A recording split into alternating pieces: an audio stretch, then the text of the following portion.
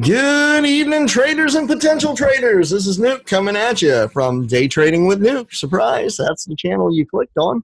And what this video is going to be about is building a computer on Black Friday. Those of you that know me and know me well, I am a fan of AMD. I like cheap, I like effective. If I can get it done with a cheaper tool, I'm not going to spend the money on the bougie tool. All right, with that being said, I've been working with a couple of dozen people recently who were in the same boat as me and wanting to replace or upgrade their CPU or their whole computer, right? So what I've done is I put together a list that works for me, and I've put together a downgraded list, which really, you're not downgrading much. It saves you about $500. The extra money that I spent fit more of my needs than what most people will need, right? So, and I do go with AMD, and I do love my Asus board products. So, without any further ado, let's get right into that and see what that looks like. I'm going to click my screen share here, move this over, and all right. If you are going to be doing this, you are going to need some form of Windows. Now, while we're doing this, let's talk about this. I'm showing you everything on Amazon just because it's easy to get everything in one spot. I got the tabs all up there.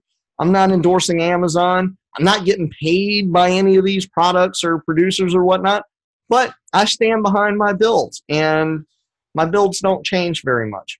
So, Windows 10, you want the 64-bit version, and I personally prefer the one that comes on the USB flash drive, because if I ever need to replace it or whatnot, I reach in my desk drawer, I pull out my flash drive, I stick it into the USB port, and I flash all of my windows over and get a nice clean load.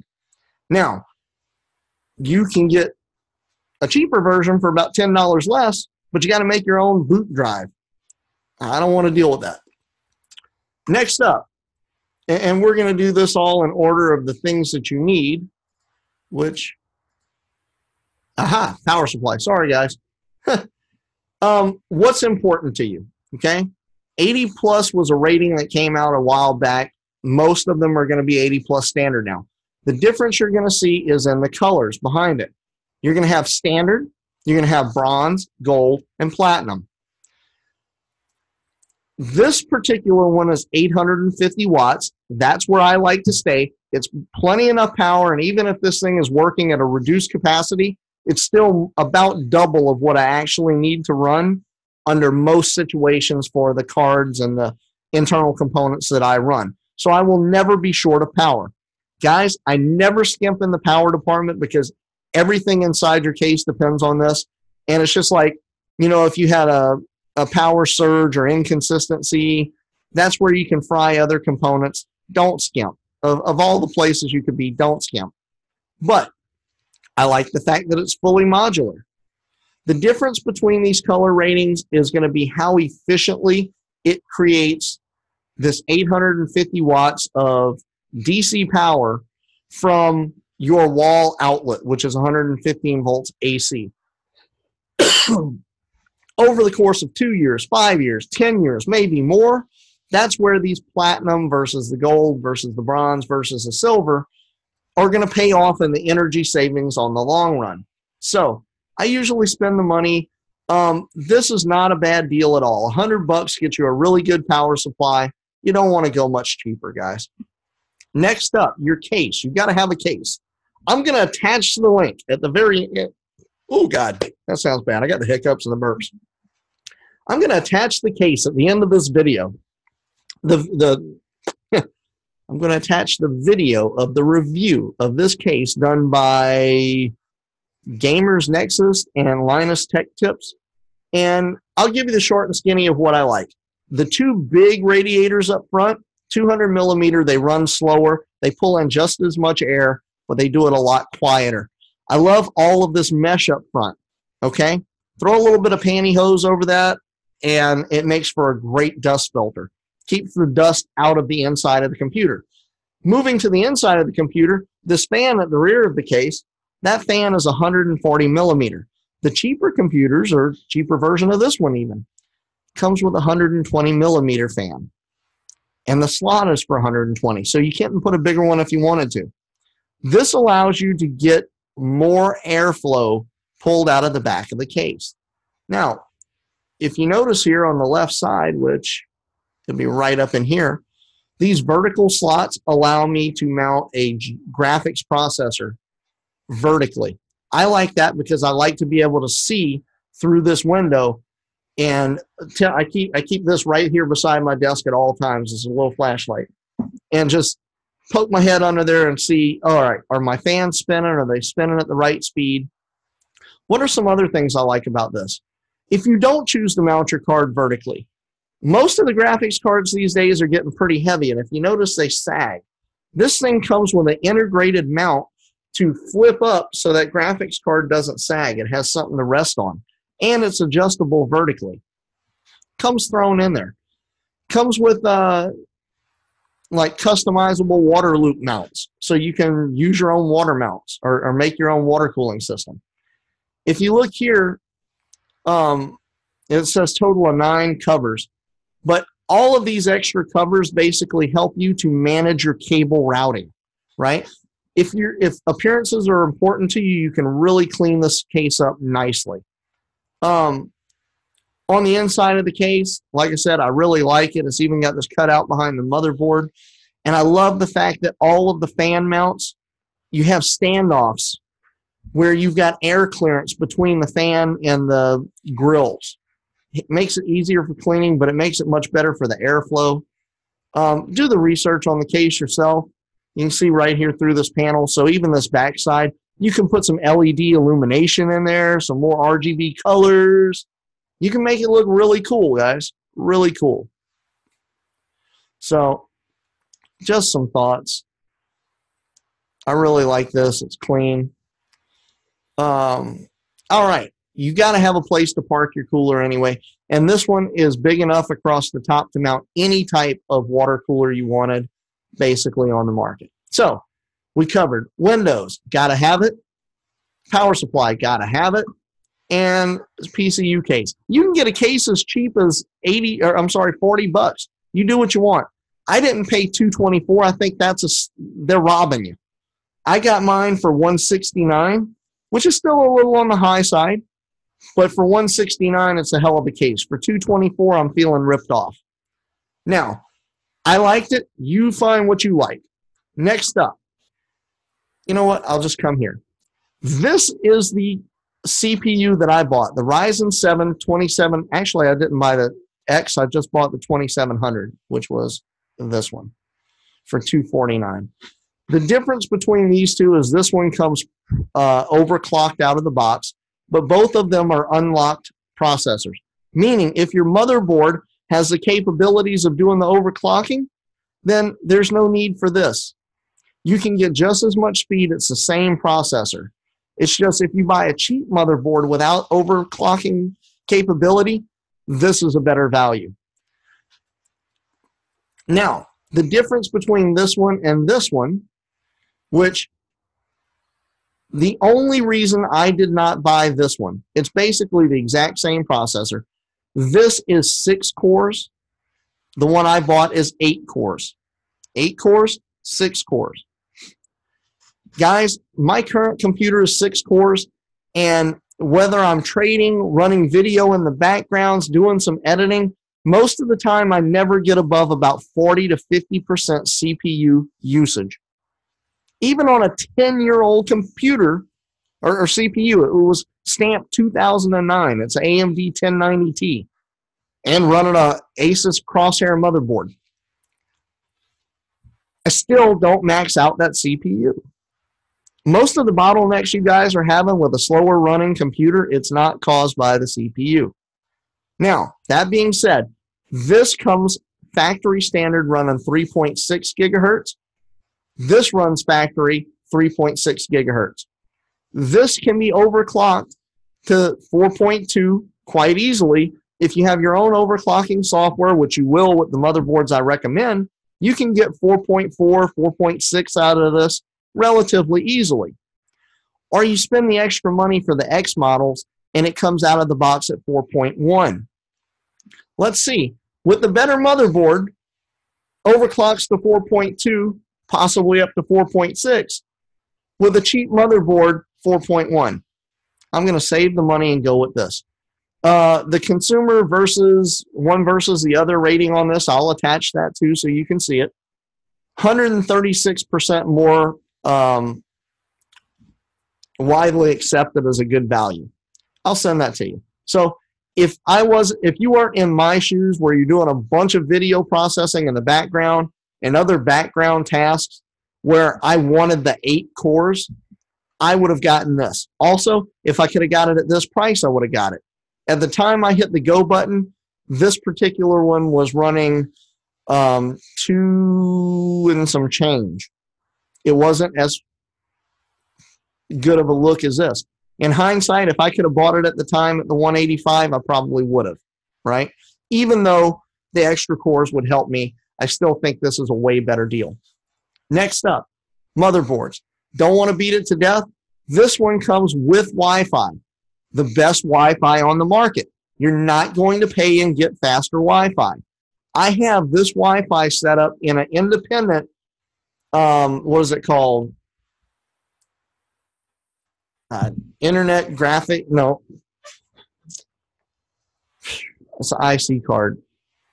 Internet connectivity card, something like that. Anyway, it's what gives you the ability to run Wi-Fi on your desktop.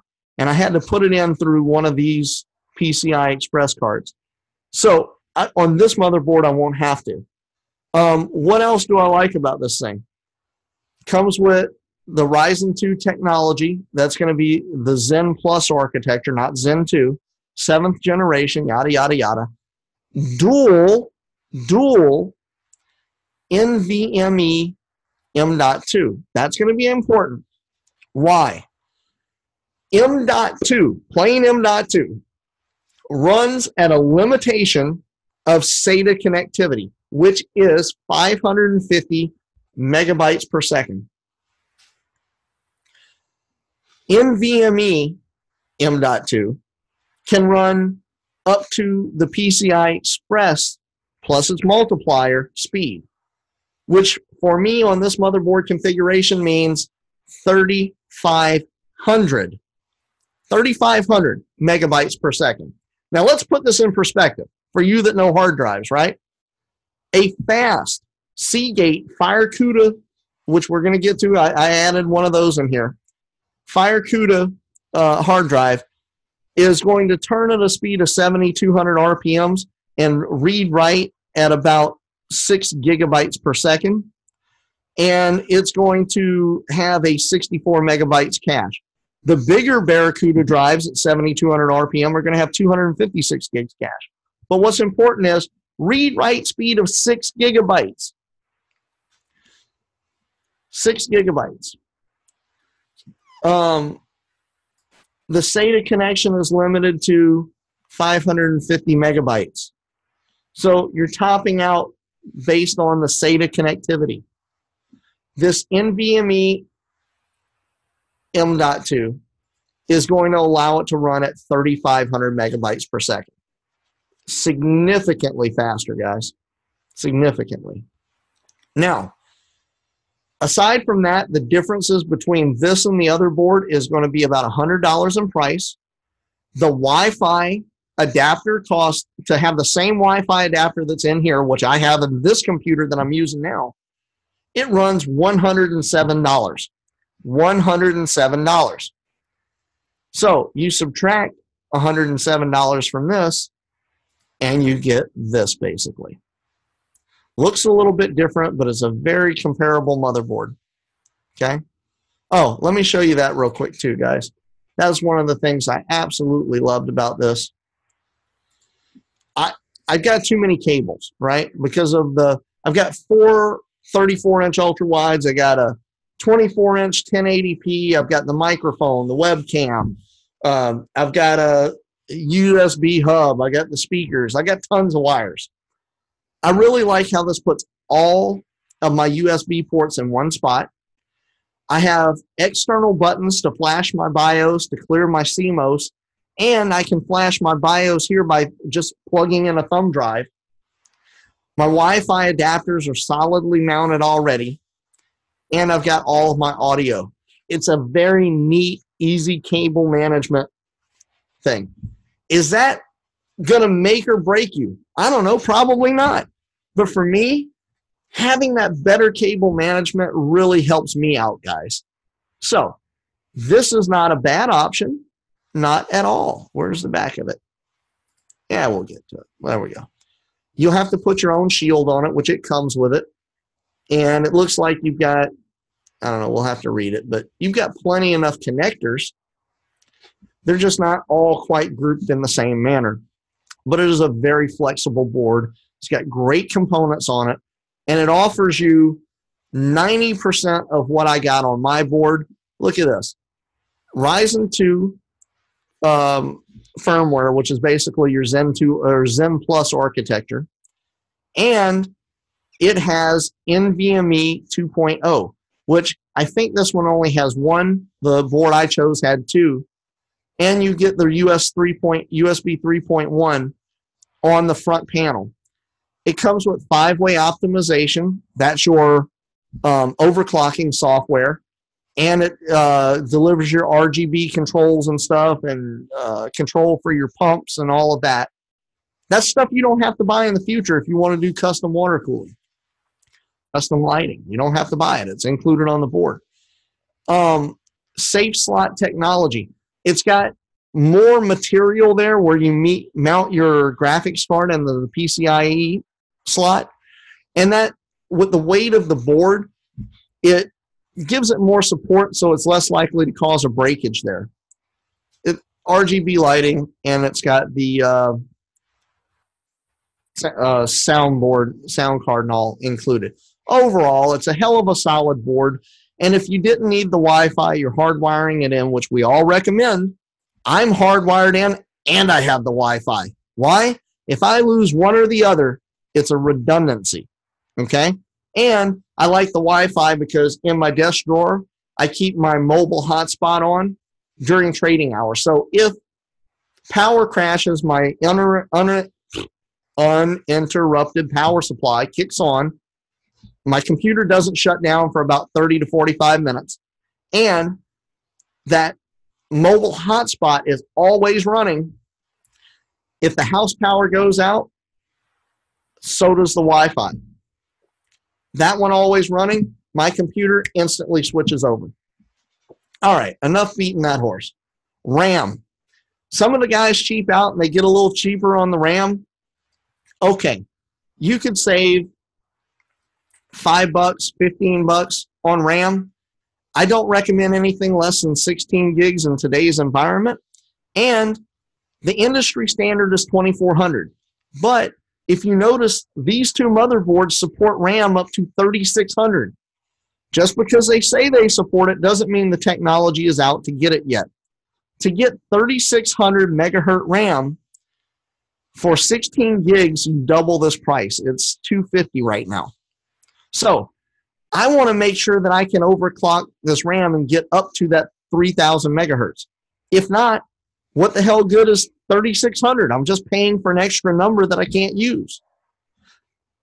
And then in the future, if I know that I can push faster RAM and I figure out it will, I try some out, borrow some, and see if it makes a difference. If I notice it makes a negligible or a significant difference, I will buy the more expensive RAM. But for now, I bought 16 gigs of this. I was this close to buying 32 gigs of RAM of this, foregoing a little bit of clock speed for more total RAM, but right now I don't need it. This is plenty enough to get me by. Industry standard, we use this in both computer builds, no problem. Next up, hard drives. This was the tits. Okay, this was the fastest hard drive going, and it's limited by your SATA 3 connection, which means I was able to get 550 megabytes per second transfer out of it. Now, fast forward, and I went with one of these. I got the cheap one. I actually got this one for $119 yesterday. I don't know the difference really between this one and this one, but I think I was looking at all the specs. It didn't look enough to be a difference. So What's the difference between this and this?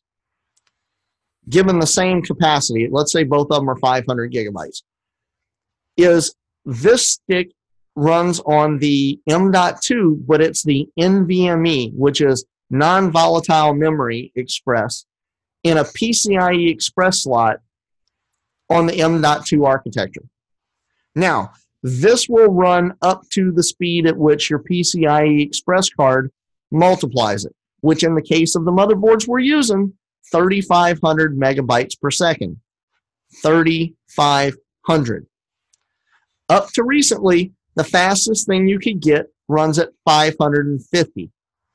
550. Because it's limited by the SATA 3. And people, these are smoking fast. 550, 3,500. Go ahead, spend your money on the Intel products. It doesn't change how fast these other components work.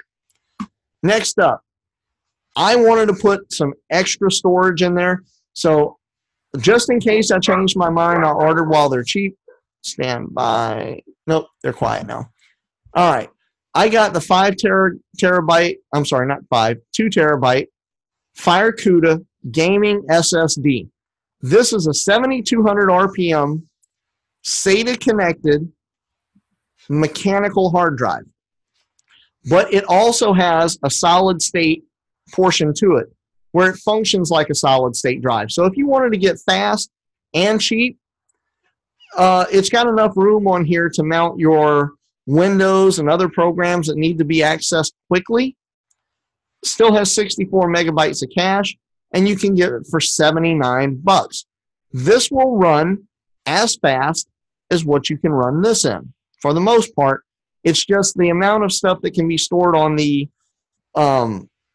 SSD part is much smaller. So you're going to get Windows on it, but not a whole hell of a lot more. The rest of the program should be running in RAM anyway, and then stored permanently here. Now, if you don't need the speed, you can just run strictly bulk storage in one of these Seagate Barracudas. 4 terabytes will run you $100. 256 megabytes of cache. It's still a very quick drive by standards. So this is good and it's fast. This is faster. This is as fast as you're going to get. This is a couple years old technology. Was the fastest thing, has more storage, but you can match this speed with one of these. Capiche. All right. Graphics cards. Most of you guys probably wanted to get to this part of the show. Why didn't I start out with graphics cards? I'm talking to you guys because you're traders. You're wanting to trade. You deal with lines on a chart. We're not talking 4K rendering and movie experience, right? Movies and games. If that's what you need or want, we can have a totally different discussion. But for trading, me personally, I will show you what card I've used for a year, and that is this one. I've had it for a year. I love it. Good card, not what I'm going with in the new build. Here's what I liked about it. It has 3 display ports, 1 HDMI, and 1 DVI. That works great because I like the display port for outputting to the monitors. Can I tell a difference? Yes. Is it enough to not buy a card? No. I had great luck out of this card. Look at the cooling. Okay? Look at the cooling. Now, it's 8 gigabytes, 1386 clock. Okay, you're going to get that on all of these. All of these cards here are going to run the same speed. Not much different. They're all running the same damn chip inside of them. This is the one that I wanted to go with. This is the one a lot of my friends have gone with because they like the MSI. On the friends that have AMD. Why do I like this one over, say, this? Okay, let's look at it.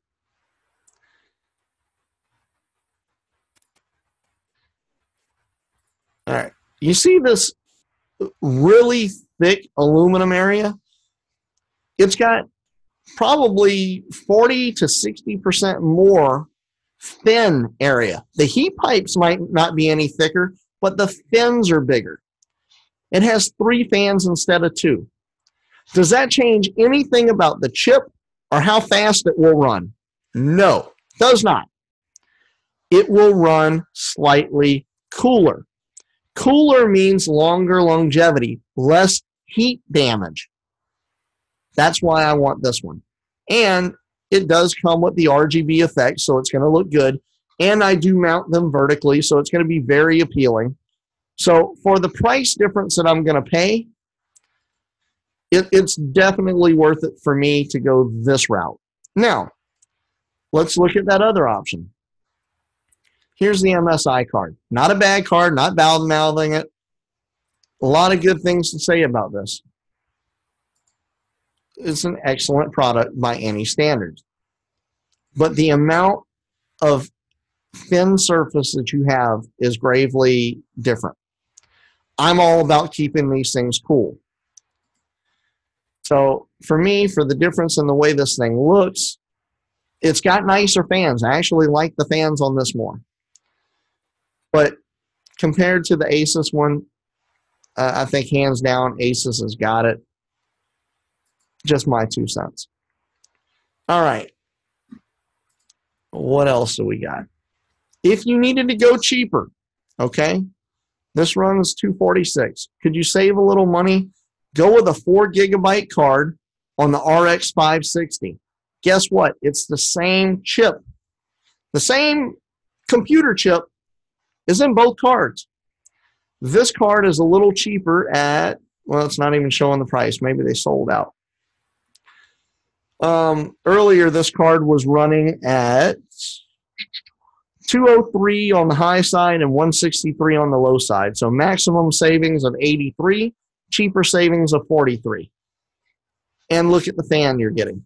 It's very similar to the same fans, but the heat sink underneath is different.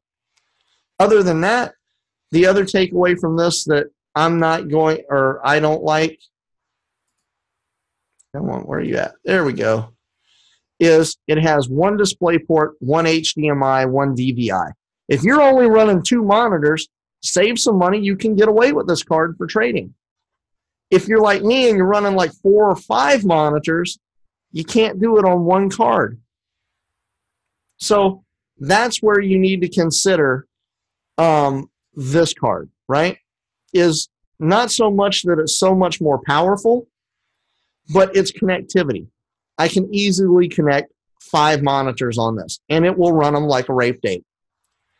This whole computer I normally run runs pretty damn fast. All right, let's keep going. I got 2 more things, and they're totally not necessary, but if you want them. Water cooling. This is the one I currently run. Is it?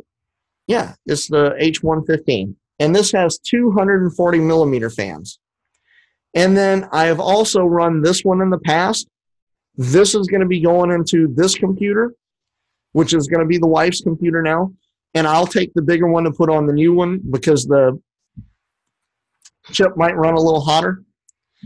But this did a good job. You can also get the 3-fan version. I like the 140s instead of the 120s because to me it's a little bit cooler. Not cooler, quieter, because they turn slower RPMs and it has more cooling power. But I'm going to stick this right back in this computer. It's a great deal. I've never had any problems. I will say this. I found it much cheaper than this. I think I paid $75 for mine. And then on this one, I think I only paid about $100. But, you know, do whatever floats your boat. Next up, if you want to mount your graphics card vertically, okay, you're going to need the bracket to hang it vertically, and you're going to need a cable extender, right? These normally sell for $20 if you can find them, and this normally sells for about $20 if you can find it. The reason I showed you the fan techs is you get both for $40. Great deal. It's a good-looking little kit. It's going to match my computer just fine. So everything you need there. All right, guys, we're at the 30-minute mark. I hope you got a lot out of this. Like I said, The only main difference is I went with the Ryzen 7 2700 because of the background crap I do. If I didn't do that background crap, I would have totally went with the Ryzen 5 2600. And to be honest, right now, I'm still kind of kicking it around.